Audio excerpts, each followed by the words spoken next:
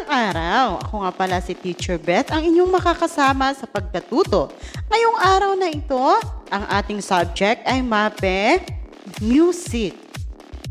Pero bago yan, huwag mo munang kalimutang mag-like at mag-subscribe para updated ka sa lahat ng mga videos na aking na-upload.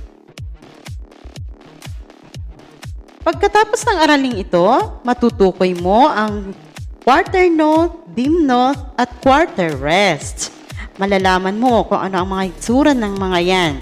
Pangalawa, mababatid mo ang katumbas na beat ng quarter note, dim eighth notes, at quarter rest. Mauugnay mo rin ang quarter note, dim eighth notes, at quarter rest sa katumbas nitong rhythmic syllables. Rhythm, sound, and silence.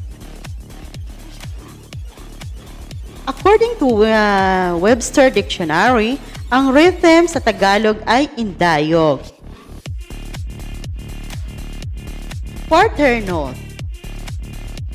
Ang quarter note ay mayroon siyang isang tunog sa isang beat.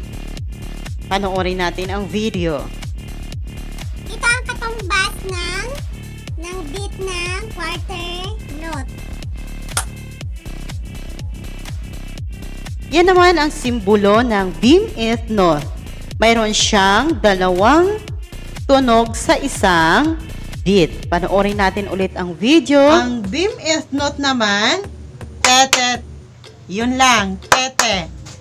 Again. Kasunod ay quarter rest. Ang quarter rest, wala siyang tunog sa isang beat. Ang rest, quarter note, isang beses lang. Ang dim eighth note, pagsamasamahin natin. Ta, tete, rest. Ta, tete, rest. Ta, tete, rest.